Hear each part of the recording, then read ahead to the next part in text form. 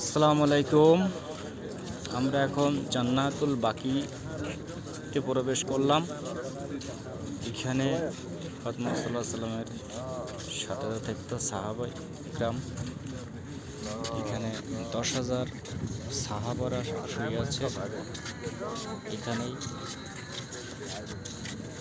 আসসালামু আলাইকুম ইয়া আহলিল কবর।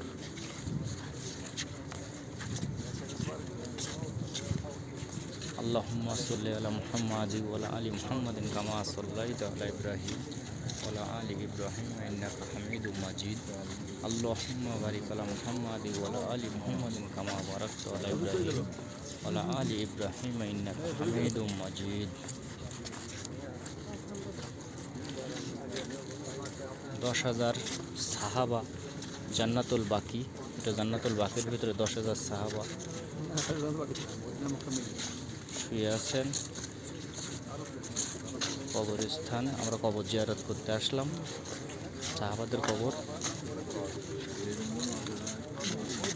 এটা জান্নাতুল বাকি, মদিনায় অবস্থিত। এখানে উহুদ পাহাড়ও দেখা যাচ্ছে, ওই যে উহুদ পাহাড়, পাহাড়ের পাশেই জান্নাতুল বাকি। জান্নাতুল বাকির ভেতরে আসলাম কবর জিয়ারত করতে।